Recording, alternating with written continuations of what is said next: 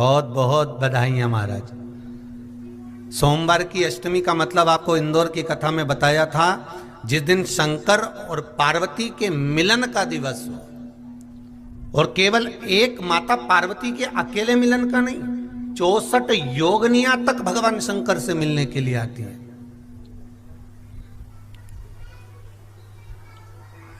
64 योगनियां। कहते हैं भगवान के जितने जितने विवाह हुए थे ना, उमा से, सती से, कात्यायनी, कुष्मांडा, चंद्रघंटा, स्कंदा, ये जितने जितने जितने भगवान के विवाह हुए थे, अनेक अनेक उमा आदि आदि जितनी भी भगवान की जो मंगल विवाह हुए थे, सारी माता पार्वती के जितने अंश हुए हैं, माता पार्वती के जितने स्वरूप हुए हैं, ये सारे स्वरूप, सारे अंश माता पार्वती के। ये सोमवार की अष्टमी के दिन भगवान शंकर के मंदिर में आकर शिव जी के सम्मुख में बैठकर उस जलाधारी के नजदीक में, जहां शंकर जी का शिवलिंग होता है, उस जलाधारी के पास में उस दिन केवल पार्वती जी का हस्त कमल नहीं होता, स्वयं मां जगत जननी अपने कामन रूप में 64 योगनियां और शक्तियां सारी की सारी आकर उस जलाधारी के पास में विराजमान हो जाती हैं, और शंकर जी पे जो जल चढ़ता है वो देवियां ग्रहण कर कर शिव को अपना आनंद सुख प्रदान करती हैं। इसलिए कहते सोमवार की अष्टमी का महत्व बड़ा है, बहुत प्रबल। बाबा की कृपा है, शिव की कृपा से, भगवान शंकर की कृपा से ही सब कुछ आनंद में हो।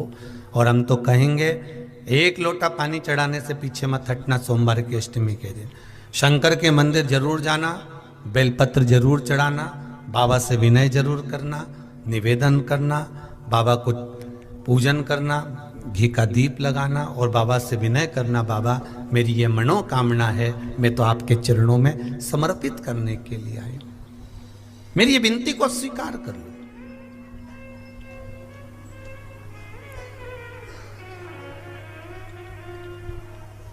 बहुत तकलीफ है और नहीं हो रहा काम, बहुत दिनों से लगे हो, नहीं हो रहा, हरा मूंग ले जाओ। मूंग के दाने तो रहते हैं घर में, केवल 31 मूंग के दाने लेकर जाइए, 31 चावल के दाने लेकर जाइए और 31 ही बेलपत्र लेकर जाइए। जिस दिन सोमवार की अष्टमी हो, कौन से दिन? सोमवार की अष्टमी हो, उस दिन शंकर जी के मंदिर में जाओ, 3 चीज लेकर जाओ, मूंग के दाने, चावल, बेलपत्र।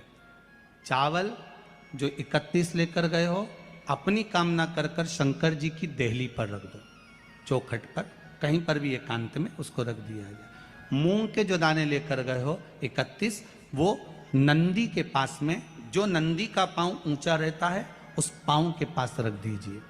और जो 31 बेलपत्र लेकर गए हो, वो 31 बेलपत्र अशोक सुंदरी वाली जो जगह है, आपको पहले बताया है कथा में, अशोक सुंदरी जी का स्थान,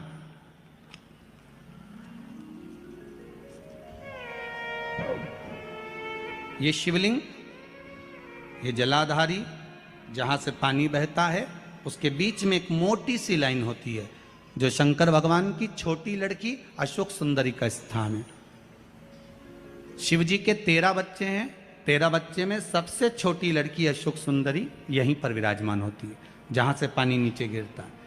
प्रत्येक शिवलिंग के सामने एक मोटी सी लाइन होगी, उस मोटी सी जो लाइन है अशोक सुंदरी, वहां पर जो 31 बेलपत्र लेकर गए हो, अपनी कामना कर कर पीला चंदन, लाल चंदन लगाकर उस पर समर्पित करते जाओ। उसकी डंडी जहां से पानी बहता है उस ओर होना चाहिए। आप निवेदन कर कर देखो, एक सोमवार की अष्टमी पर कर कर देखना, दूसरी सोमवार की अष्टमी आएगी, अपने आप आपका काम हो गया होगा। बाबा से निवेदन तो करो, क्यों भटक रहे?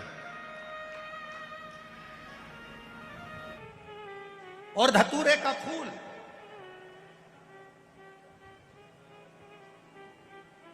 कांटे वाला धतूरा, और उसमें लगने वाला एक पुष्प, आस्था चैनल पर आप लोग देख रहे होंगे धतूरे के फूल का दर्शन।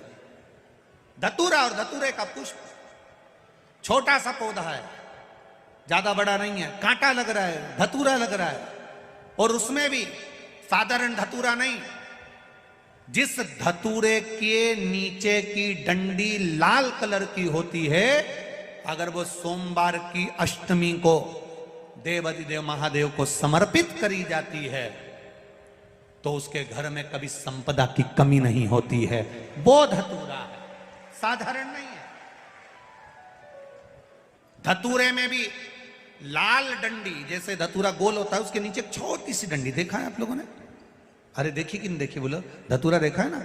धतूरे के अंदर एक नीचे छोटी सी डंडी होती है, जब तोड़ोगे तो वो डंडी का कलर अगर लाल है, वो डंडी का कलर अगर लाल है, और कभी हम तो कहेंगे जैसे बड़ी बीमारी जिसको हो जाती है, लीवर, किडनी, कैंसर आदि आदि बड़ी बीमारियों से जो जूझ रहा होता है, प्रयास करो, प्रयास महामृत्युंजय का जाप कर कर, महामृत्युंजय का स्मरण कर कर, एक लाल डंडी का धतूरा प्रयास करना, एक धतूरा मिल जाए या 5 धतूरे मिल जाए किसी भी एकांतेश्वर महादेव पर, जो शिव मंदिर एकांत में हो, जहाँ कोई जाता आता नहीं हो।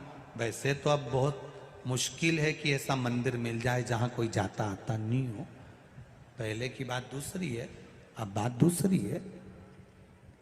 फिर भी कहीं आप रोड पे से निकल रहे हो, एकांतेश्वर महादेव अगर आपका दिख जाए, बहुत बीमारियों से ग्रसित हो, तो भी महामृत्युंजय जाप का स्मरण कर कर या किसी विद्वत ब्राह्मण जन से महामृत्युंजय मंत्र का जाप कराकर, या भगवान शिव के मंत्र का जाप स्वयं कर कर, वो भी ना बने तो पंचाक्षर मंत्र नमः शिवाय, षडाक्षर मंत्र ओम नमः शिवाय, या श्री शिवाय नमस्तुभ्यम जप कर वो लाल डंडी का धतूरा 5 एकांतेश्वर महादेव को आप समर्पित कर सकते हो। रोग थम जाएगा, जो दवाई खाओगे वो शरीर को लगना प्रारंभ हो जाएगी और आप स्वस्थ होना प्रारंभ हो जाएंगे। अगर बड़ा रोग,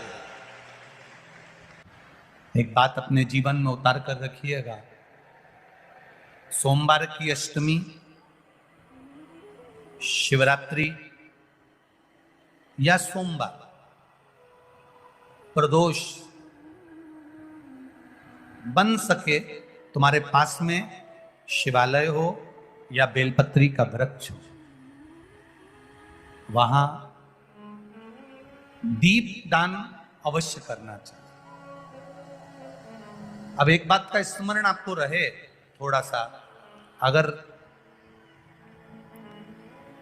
किसी कामना के वश अगर हम दीप लगा रहे हैं या हमारे मन में कोई भाव उत्पन्न है और हम बाबा से कहना चाहते हैं कि बाबा मेरा ये कार्य है आप पूर्ण करिएगा, तो फिर शिव मंदिर में भी लंबी बाती का दीप आप प्रदोष या सोमवार की अष्टमी या सोमवार या आप शिवरात्रि को बाबा से निवेदन कर कर लगा सकते। हाँ, विशेष जब कोई एक बहुत बहुत बड़ी बात हो और आपके कार्य में कहीं अटकल हो रही हो, तो एक ही दीप में 2 बाती, शिव और शक्ति, लंबी बाती बनाई शिव और शक्ति के नाम से, 2 बाती एक साथ एक दीप में भी लगा सकते। पर कब? जब विशेष कोई आपका कार्य हो और वो अटक रहा हो, विशेष कोई कार्य, और आप बाबा से प्रार्थना कर रहे हो, तो 2 बाती का भी प्रयोग आप कर सकते हो। आप लोग तो जानते होंगे कि सोमवार की जो अष्टमी होती है, शंकर और पार्वती के मिलन का दिन होता है। किसके मिलन का है? जम के बोलिए। शिव और पार्वती के मिलन का दिन होता है सोमवार की अष्टमी का दिन। साल भर में लगभग 4 या 5 सोमवार की अष्टमी पड़ती है, इससे ज़्यादा नहीं पड़ती। पर भाग्यशाली हो आप सब, अब की बार तो लाइन से 2 बार पड़ रही है शायद, एक सोमवार अष्टमी। शिव और पार्वती के मिलन का दिन होता है सोमवार की अष्टमी। इसमें मां जगत जननी जगदम्बा अपनी 64 योगिनियों को लेकर शंकर भगवान के सामने नृत्य करती हैं जब सोमवार की अष्टमी पड़ती है। जैसे शिवरात्रि का महत्व होता है, उसी तरह सोमवार की अष्टमी का महत्व होता है। जब 64 योगिनियां माता शंकर भगवान के सामने नृत्य करती हैं, तब भगवान शिव उठकर खड़े होकर उन 64 योगिनियों को अपने हस्त कमल पर धारण करते हैं। और हस्त कमल पर धारण करते हैं तब उन 64 योगिनियों को लक्ष्मियां प्रदान करती हैं। लक्ष्मी माता को वो 64 योगिनियां दी जाती हैं। लक्ष्मी मैया उन 64 योगिनियों को भगवान विष्णु के पास लेकर जाती हैं। भगवान नारायण उन 64 योगिनियों को ब्रह्मदेव के पास लेकर जाते हैं। उन 64 योगिनियों को ब्रह्मा जी ब्रह्माणी को प्रदान करते हैं। ब्रह्मा